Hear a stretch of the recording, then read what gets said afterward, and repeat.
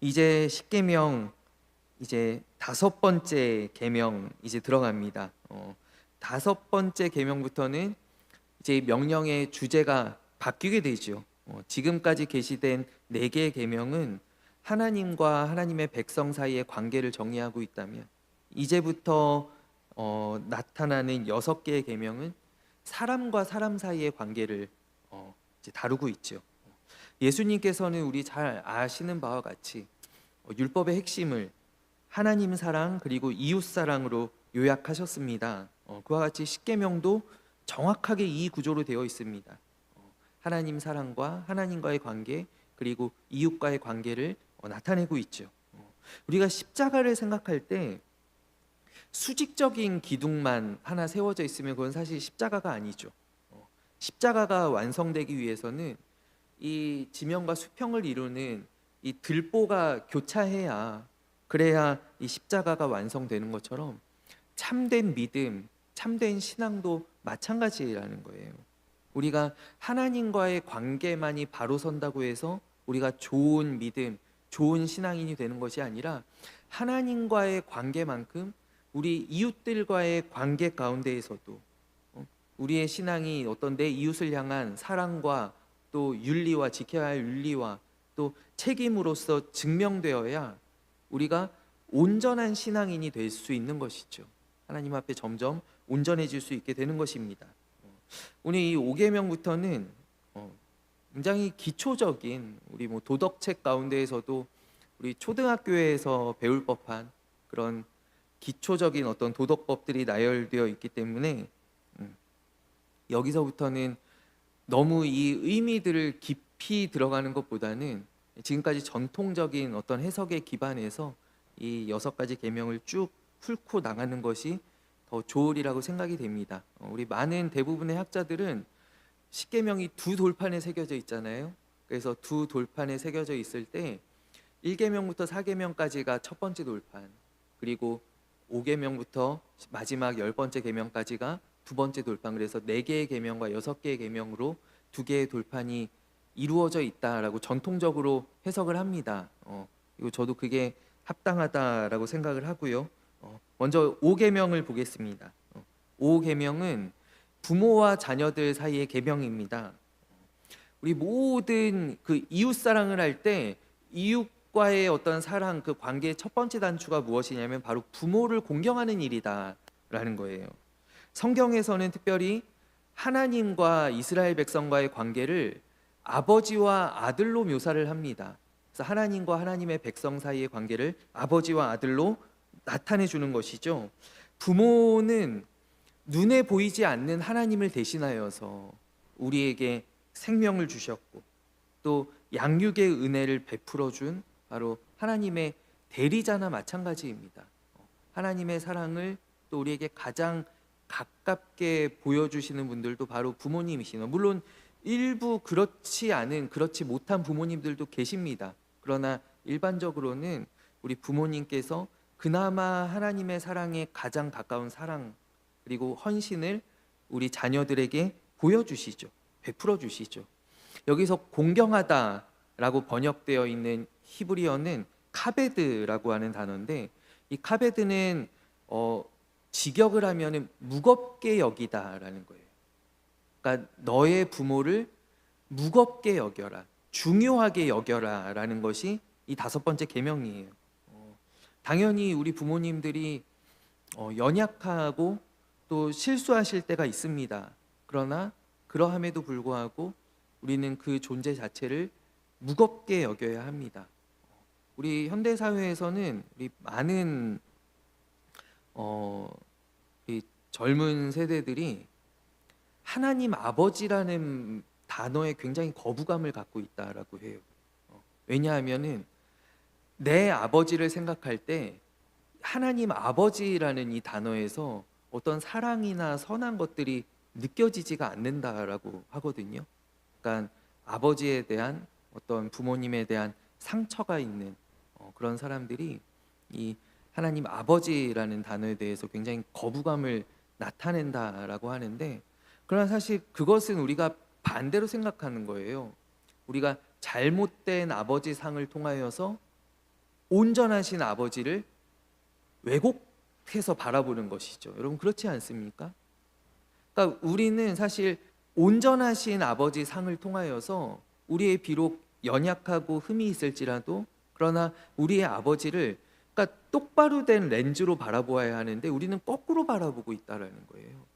그래서 우리가 성경을 대할 때, 우리가 말씀을 들을 때, 교회에 나올 때 우리는 이 교회 안에서 하나님을 바라보며 온전한 아버지 상을 회복해야 하고 또 그 아버지 상을 우리의 이제 생활 가운데 이제 가지고 감으로써 내가 자녀에게 온전한 부모 되기 위해 노력해야 되고 또 혹 온전치 못한 그런 부모님이 계시더라도 우리가 그 어떤 허물들을 덮어드리고 사랑으로 덮어야 하는 것이 바로 우리 믿는 자들의 이 부모님을 대하는 자세인 줄로 믿습니다. 그래서 오늘 하나님께서 보여주신 그 온전한 아버지와 아들의 관계, 우리를 통하여서 이스라엘도 하나님의 아들이고 또 우리 신약의 우리도 마찬가지입니다. 우리도 다 하나님의 백성이고 그분의 자녀라고 성경은 기록하고 있습니다. 그래서 우리 온전하신 아버지이신 하나님을 대하듯 우리의 부모님 또한 오늘 말씀은 하나님을 대하듯 그러니까 하나님을 경외하듯이 너희의 부모님을 대하라라고 하는 거예요. 물론 말씀 전하는 저도 참 자신이 없고 너무 부끄러운데 그러나 우리 이 시간부터 우리가 다시 한번 생각해보고 우리 부모님을 정말 중하게 여기는 귀하게 여기는 그런 우리 성도님들이 되었으면 좋겠습니다. 우리 6절부터 8절까지의 말씀 6계명부터 8계명까지의 계명은요 이웃의 권리를 보호하는 그런 계명들입니다. 먼저 6번째 계명을 보면은요 6번째는 살인 금지 계명입니다. 앞서서 저기 5계명을 또 마지막 우리가 생각할 때 5계명만이 하나님께서 주시는 축복이 약속되어 있습니다. 5계명만이 그렇죠. 5계명은 잘 지켰을 때 딸려오는 것이 있어요. 그리고 5계명만 지난주에 말씀드렸듯이 5계명하고 4계명만 긍정적인 계명이에요. 해라라고 하는 계명이에요. 나머지는 다 하지 말아라라는 계명이거든요. 우상을 만들지 말아라, 뭐 살인하지 말아라, 도둑질하지 말아라 다 하지 말라는 계명인데 이 두 가지만 해라라고 하는 긍정 계명이에요. 그래서 바울은 이 5계명을 가리켜서 뭐라고 하냐면 에베소서 6장 말씀에 이는 약속이 있는 첫 계명이다. 그러니까 하나님께서 10계명을 주실 때 이 5계명이 유일하게 하나님의 약속이 들어있는 계명이다라는 거예요. 그것은 무엇이냐면 내가 이 땅에서 잘 되고 여기에서는 땅에서 장수하리라라고만 나와 있는데요. 땅에서 생명이 길리라고만 나와 있는데요. 바울은 에베소서에서 이 계명을 해석할 때 땅에서 형통할 것이다라고 덧붙입니다. 땅에서 형통하고 잘 되고 너의 생명이 길리라라고 이렇게 말씀을 합니다. 그래서 오늘 이 계명 5계명은 약속이 있는 그런 계명이다라는 것 우리가 기억하기를 바라고요.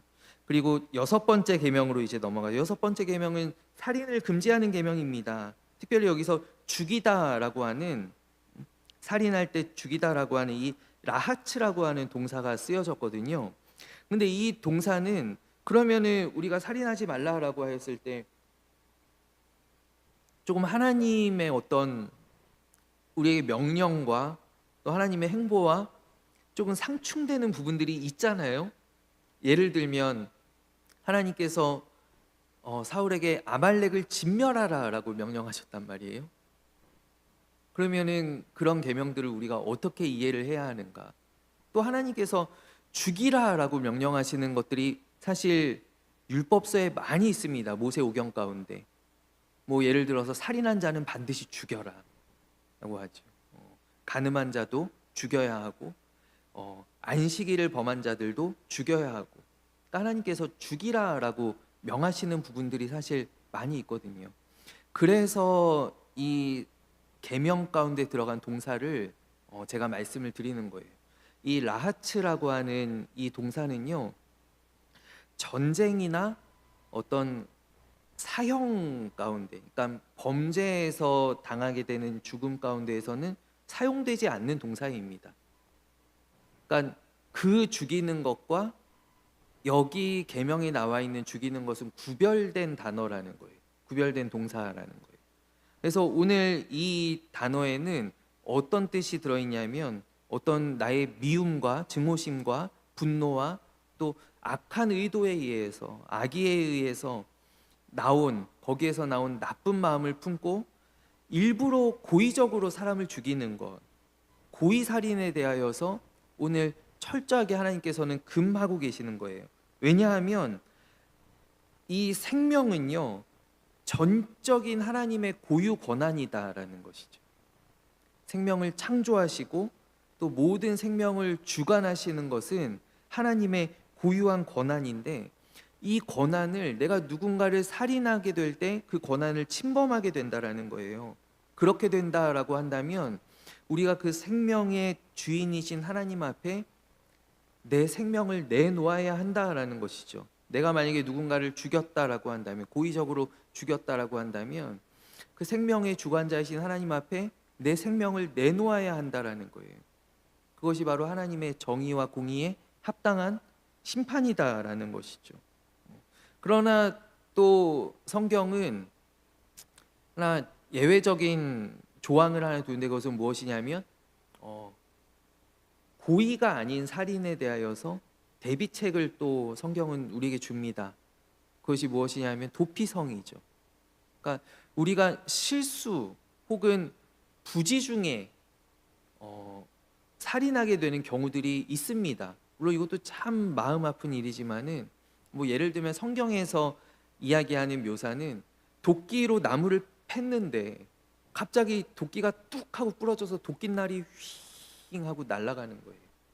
거기에 누군가 맞아서 죽게 되었을 때 이것은 전혀 나의 의도와는 상관없는 것이죠. 그렇게 실수로 누군가를 죽이게 되었을 때 성경은 그 사람이 죽음을 면할 수 있는 도피성을 곳곳에 마련해 두고 있어요.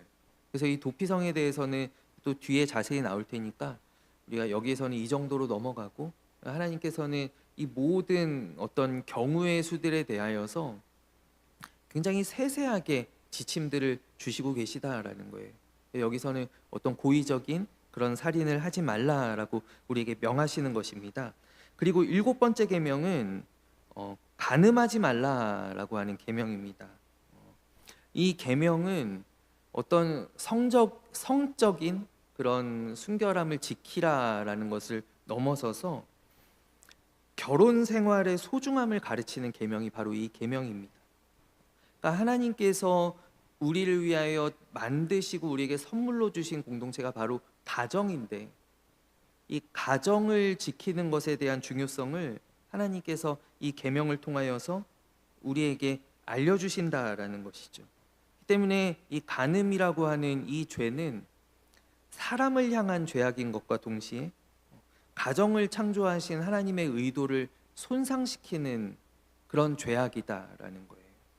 그래서 우리가 하나님께서 주신 이 가정을 지키고 또 가꾸고 또 그 안에서 우리 자녀들을 믿음으로 잘 양육하고, 이러한 것이 하나님께서 우리에게 주신 은혜이자 또 책무라는 것을 우리가 알아야 돼요. 그래서 가정 안에서 우리가 마땅히 지켜야 할 그런 도리들을 우리가 지켜야 한다라는 것이죠. 그리고 이제 8번째 계명으로 갈게요. 8번째는 도둑질하지 말라라고 하는 계명입니다. 소유나 어떤 재산에 대하여서 언급하고 있는 계명인데요.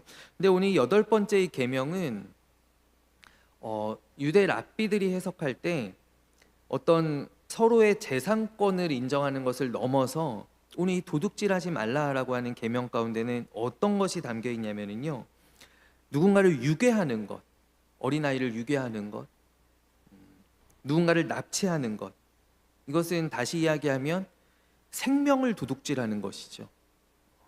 생명을 도둑질하는 것을 금하는 것으로 좀 더 무게를 실어서 해석을 합니다.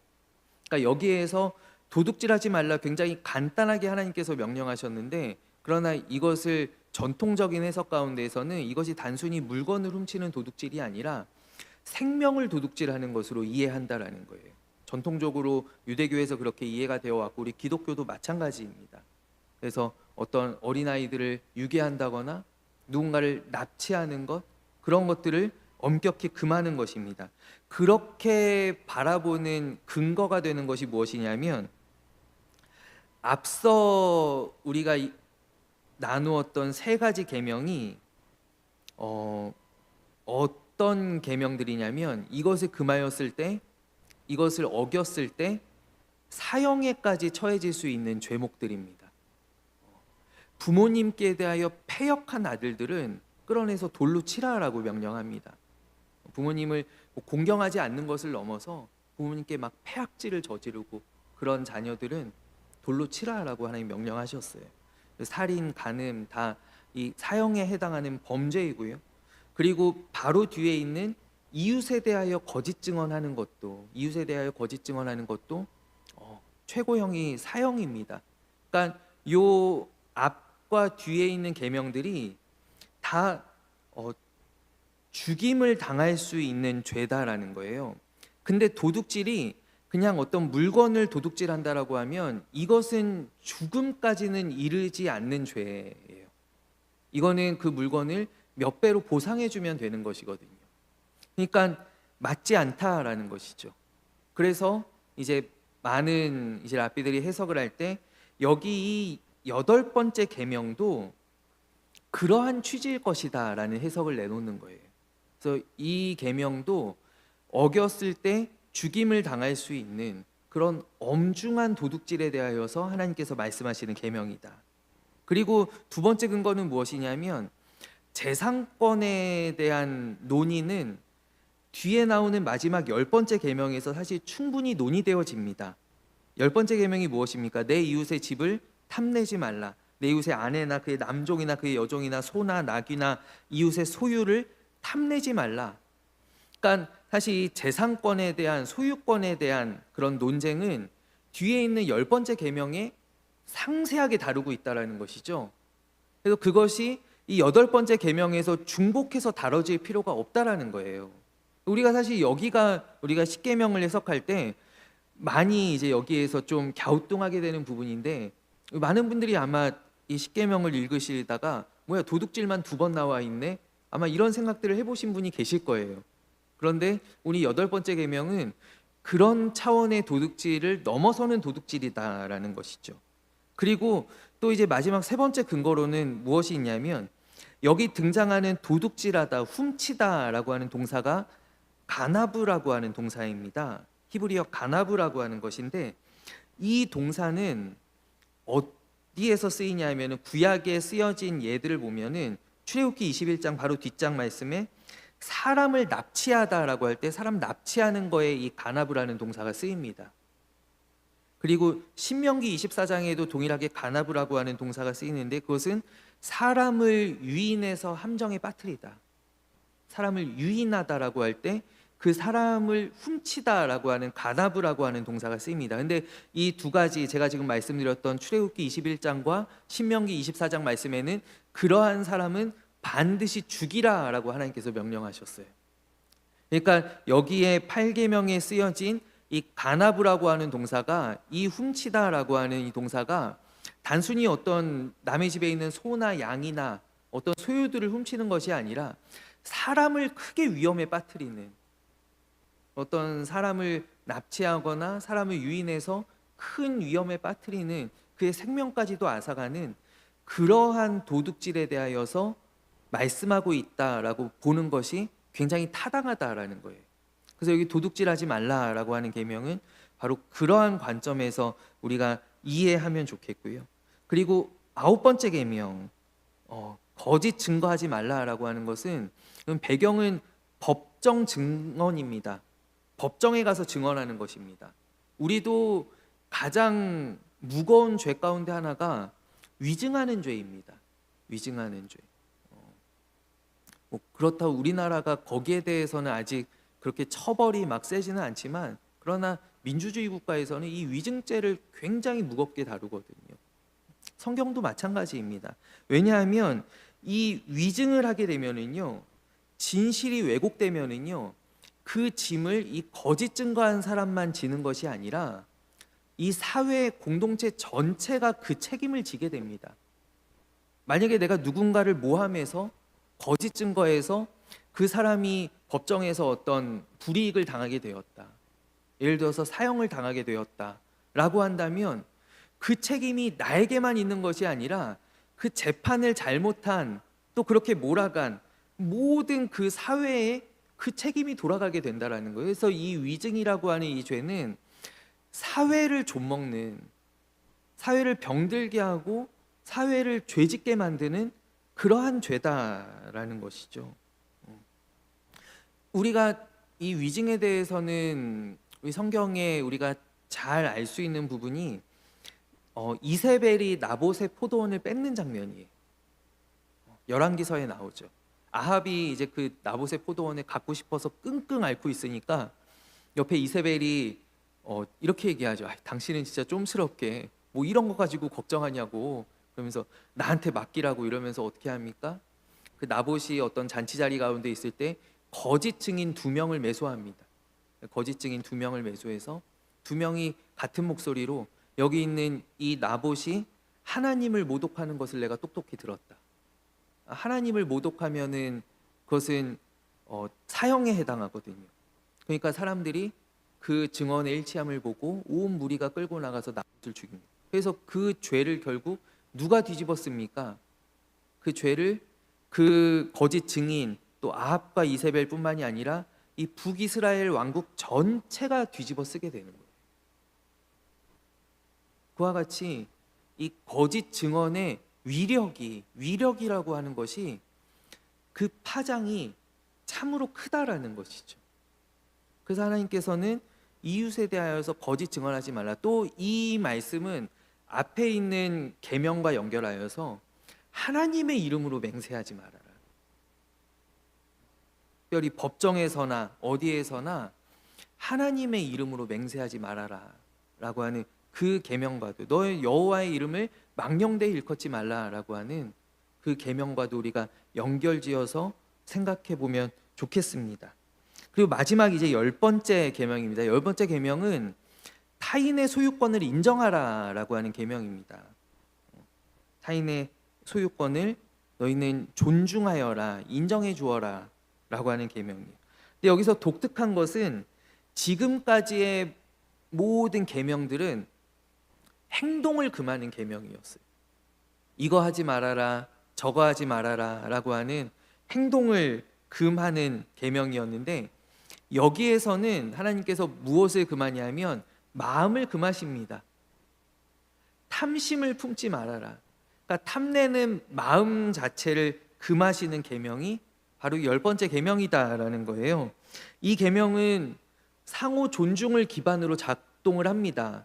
그래서 내 소유권이 존중받기를 원한다면은 우리는 타인의 소유도 똑같이 존중해 주어야 한다라는 거예요. 내가 타인의 소유를 우습게 여기고 그것을 뺏으면 하나님께서 나의 것을 뺏어서 다른 사람들에게 주신다라는 것이죠. 급진적인 기독교나 아니면 일부 이단들이 어떤 공동 소유나 공동 재산들 이런 것들을 주창하게 되는 경우들이 있습니다. 여러분들 뭐 흔하게 보시죠. 뭐 대순진리회 같은 그런 이단은 뭐 저도 안 들어가 봐서 모르겠는데, 들어갈 때 뭐 다 내고 들어가야 된다라 그러죠. 다 팔고 뭐 하고 다 내고 들어가야 된다라고 하는데, 어떤 공동 소유나 공동 재산들을 주장하는 그런 것들이 있습니다. 근데 우리가 또 여기에 근거가 되는 게 사실 무엇이냐면 사도행전에 나오는 초대교회예요.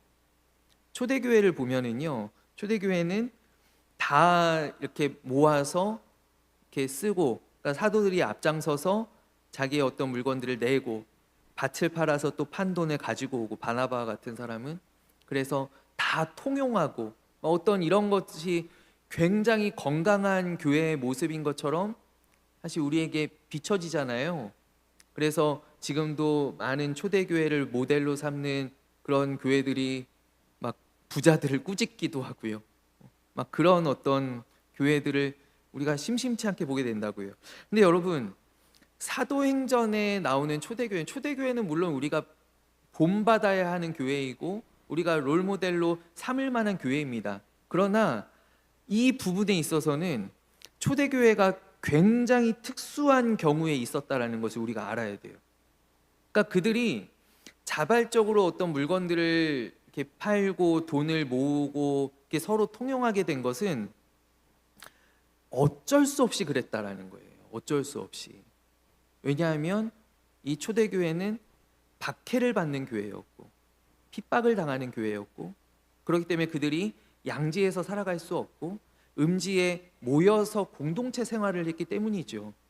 그러니까 오늘날도 우리가 만약에 우리 임마누엘 교회 이제 초대교회처럼 우리 공동체 생활을 합시다. 다 여러분 다 내놓으십시오. 그러면은 다 여기 모여 살아야 되는 거예요. 모여 살아야 되는 거예요. 각자의 집에 살면서 다 내놓을 수는 없는 거예요. 그거는 강도인 거예요. 강도. 그럼 다 모여 살고 우리 여기 숨어서 작은 공동체를 이루고 거기서 자급자족하면서 살아야 되는 거예요. 그러니까 맞지 않아요, 여러분. 만약에 그런 교회들이 막 여러분들 혹시 다니는 교회 가지고 뭐 임마누엘 교회는 다 뭐 부자들도 다니고 뭐 가난한 사람들도 다니고 그런 교회입니까? 이러면요 헛소리 하지 말라고 얘기해 주세요. 네. 헛소리 하지 말고 썩 꺼지라고. 네. 그런 아닙니다. 그래서 내놔라라고 하는 것은 절대 불가합니다. 교회에서. 그래서 우리가 괜히 내가 부한데 교회 다니면서 부담을 느끼시는 그런 분들이 사실 없지 않아요. 더 내놔야 되나? 더 드려야 되나? 근데 하나님의 계명은 철저하게 우리가 가진 것, 우리가 땀 흘려 번 것을 존중해 주는 그런 문화입니다. 그것을 다 인정해 주고 존중해 줍니다. 그거를 교회에서 뺏어가지 않습니다. 자발적으로 드리는 것, 그것은 내가 하나님의 것이라 인정하고 하나님의 은혜를 고백하며 자발적으로 드리는 것은 그것은 뭐 너무나 좋지만은요. 그러나 그건 그 누구도 강요할 수 없는 것이다라는 거예요. 그래서 이 계명들을 다 이렇게 살펴볼 때 여러분 이 5계명부터 10계명까지 사실 우리 사회에 있는 사회법이고 도덕법입니다. 여기에 가장 명확하게 반대되는 사상이 무엇이냐면 공산주의예요. 공산주의는 이 5계명부터 10계명까지 하나하나를 조목조목 다 반박하는 게 공산주의예요. 부모를 공경하지 말고 너희 영도자를 공경해라. 부모도 팔아치워야 돼. 이념을 위해서는, 여기 사회를 위해서는 그것이 사회의 역군이다라고 얘기하죠. 뭐 하나하나 다 반박할 것 없이 모든 것이 다 그렇습니다. 여기에 명확하게 대척점에 있는 것이 공산주의이고, 그리고 좌파 이념입니다. 때문에 우리 믿는 사람들은 성경을 읽으면서 여기에 대해서 정신을 똑바로 차려야 돼요. 그리고 이 좌파라고 할 때 제가 우리나라에는 좌파가 없기 때문에 말씀드리는 거예요. 우리나라의 좌파 흉내내는 그런 좌파 말고 진짜 좌파 말이죠. 우리나라는 자칭 좌파만 있고 진짜 좌파는 우리나라 우파도 없어요. 우리나라는 우파도 없고 가짜 우파만 있어요. 아니 어디 진짜 내놓기 부끄러운 그런 가짜들만 있어요. 우리나라의 좌파 우파는 어떤 정치 집단이나 이념 집단이 아니라 그치들은 저기 이익 집단입니다. 이익 집단이에요. 거기는 양쪽이 전부 다요. 그래서 여기는 우리나라에는 해당되지 않는 거고, 그래서 저를 가리켜서 뭐 누구 욕했다 이렇게 얘기하지 마십시오. 저는 이 이념에 대해서 진짜 이념에 대해서 얘기하고 있는 것이고, 뭐 아니 어느 나라 우파가 나가서 다른 나라 국기 흔드는 우파가 어디 있습니까? 그 우파라고 하면 안 돼요. 자기 배 불리는 그런 좌파가 어디 있어요? 좌파 이념으로 무장해 있다면 그러면 안 되는 거죠. 그렇게 이율배반적으로 행동하는 사람들이 어디 있어요? 근데 이 공산주의라고 하는 거는 태생 자체가 반종교적인 건데 반기독교적인 것입니다. 제가 오늘만 이 십계명 때문에 제가 조심스럽게 언급하고 다시는 언급하지 않을 텐데, 또 어떤 교회, 가정, 그리고 남녀의 역할, 우리 어떤 사유 재산, 그리고 상호 간의 신뢰, 사랑, 이런 것들을 다 파괴하는 것이 공산주의라는 거예요. 공산주의. 제가 뭐 그렇다고 극우도 아니고, 저는 뭐 애국 보수도 아니고, 그렇지만은 우리가 교회 다니면서 뭐 사실 어떤 이념을 가져야 된다, 어떤 사상을 가져야 된다, 이거는 저는 절대적으로 배격하고요, 잘못되어 있다라고 생각하고요. 그러나 우리가 절대로 함께 갈 수 없는 사람들이 있습니다. 하나님께서는 말씀하여, 하나님께서 가나안 땅에 들어갔을 때 이스라엘 백성들에게 하나님께서 계속하여 명령하시는 것이 무엇이냐면, 여기 있는 민족들과 함께 가지 말라라는 거예요. 함께 가지 말라. 다 쫓아내야지. 근데 함께 가다가 이제 사사기의 그 암울한 역사의 터널을 이스라엘이 지나는 거잖아요. 이 정도 했으면 괜찮겠지. 이 정도면 함께 갈 수 있지 않을까? 뭐 끝까지 저렇게 다 해야 되나? 그러면서 함께 가다가 하는 것이거든요. 그래서 우리가 함께 할 수 없는 것들에 대하여서는 우리는 단호하게 배격을 해야 되고 목소리를 내야 된다라는 거예요. 그거는 목사도 당연히 목소리를 내야 되는 것이고, 뭐 여러분들 뭐 어디 뭐 정치 집회 나가십시오, 뭐 누구를 찍으십시오, 이런 이야기는 할 수 없지만은, 그러나 함께 할 수 없는 것들에 대하여서는 당연히 이야기를 해야 된다라고 생각해요. 여기 있는 이 모든 하나님께서 창조하신 어떤 사회의 질서, 사회의 어떤 근간, 사회를 지탱하고 있는 어떤 도덕, 윤리법, 이 모든 것들을 그 기반부터, 그 뿌리부터 파괴하는 그런 사상들이 사실 이제 19세기부터 나온 바로 그러한 사상들인데, 그래서 우리는 근데 뭐 어떻게 해야 될까요? 현혹되지 않기를 원하고, 교회는 누구나 다 나올 수 있지만은, 그러나 교회에 나왔을 때에는, 우리가 믿음의 공동체 안에 들어왔을 때에는 우리가 어느 편에 서야 하는지를 우리가 명확하게 결정해서 서야 합니다. 내가 몸은 교회에 나오면서 내가 여전히 사상적으로 내가 어떤 저는 대학교 다닐 때 제가 마르크스주의에 굉장히 심취해가지고요, 저는 군대에 있을 때 영창도 갈 뻔했어요. 제가 불온 서적들을 이렇게 많이 이렇게 들여와가지고 제가 이렇게 부대에서 책을 많이 읽었거든요. 그랬더니 어느 날 이제 불식 검문이 들어왔는데, 책에 이제 온통 막 책장에 뭐 태백산맥까지도 문제를 삼더라고요. 소설 태백산맥까지도. 그래서 다 영창 갈래 아니면 다 갖다 버릴래 이래가지고 제가 다 태워버린 그런 적이 있는데, 저도 대학 다닐 때 많이 공부하고 많이 이렇게 했었어요. 제가 알아요. 또 저는 제 모교가 뭐 거의 운동권의 성지잖아요. 운동권의 메카. 저는 제가 99학번인데 저 때는 사실 운동권 이런 그게 다 죽어 있을 때였거든요. 데모 안 하고 이럴 때 거의 뭐 90년대 후반 IMF 학번 중에 데모한 사람이 어디 있습니까? 근데 저는요, 딱 입학했는데 입학식 날부터 둘러싼 전경들하고 패싸움하고요. 이거 수업을 딱 들어갔는데, 수업 딱 들어가니까 1학년들 듣는 수업들이 몇 개 있잖아요. 수업 딱 끝나니까 선배들이 앞뒷문 딱 막고 그대로 포대기로 싸가지고 저기 어디 노동쟁이 하는데 끌고 가가지고 막 구호 외치게 하더라고요. 그래서 데모하는데도 많이 따라다녔어요. 근데 파면 팔수록, 보면 볼수록 그 이면에 있는 그 민낯들이 너무, 이거는 잘됐다 잘못됐다를 넘어서 기독교와는 함께 갈 수 없는 이념들이, 기독교와는 우리 하나님을 믿는 믿음과는 함께 할 수 없는 그런 사상이다라는 거예요. 여러분, 기독교의 반대가 뭐겠습니까? 불교가 반대겠습니까? 이슬람이 반대겠습니까?